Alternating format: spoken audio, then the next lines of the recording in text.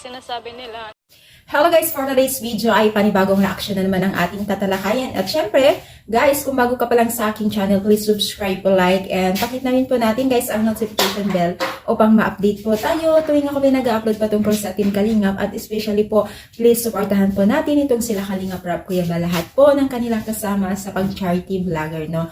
So for today's video nga po, alam na natin kung sino po ang ating reactionan. Walang iba kundi ang isa rin sa mga sikat dito sa larangan po ng Team Kalingap na talaga naman pong tinatangkilikan din po ng nakakaraming netizens at lubos po na naawa at nadurog po ang kanilang puso dahil nga po dito sa kalagayan po ni Dara, no? So ang ating pagsaay ito nga si Dara.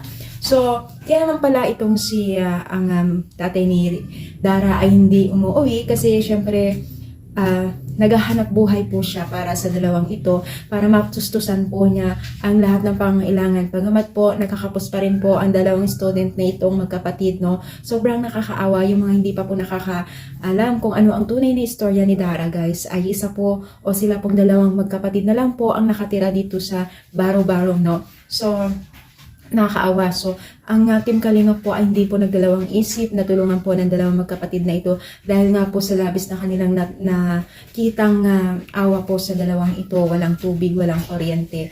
At syempre, meron na pong magandang plano sa dalawang ito, no? Marami na pong nagbigay na rin po at umabot na rin po ng tulong sa dalawang ito dahil nga po sa kanilang labis na kaawaan. At isa naman po nila matulungan dahil po sa kalagayan ng dalawang ito. Alam niyo ba guys, na kanyang tatay din naman po ay nagsasaguyod po at nagsasakripisyo po na malayo po sa kanilang dalawang magkapatid, sa dalawang anak niyong magkapatid para lamang po mabigyan din po sa abot ng kanyang makakaya, no? So wala po silang contact and face to face guys. Kasi po, parehas din po silang na walang cellphone, no? Itong si Dara ay kumbaga, meron siyang cellphone.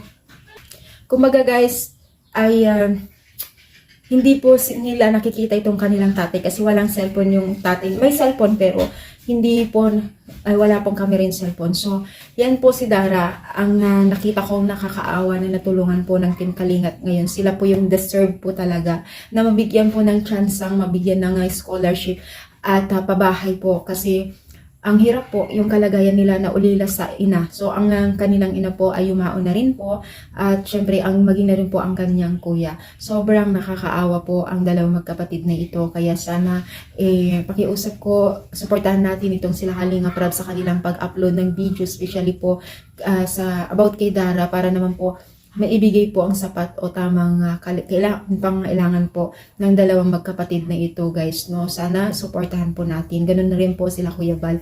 Lahat po ng mga kasamahan po nila kasi sila po ay tulong-tulong sa pagtulong. So yun lamang guys. Thank you so much and God bless po.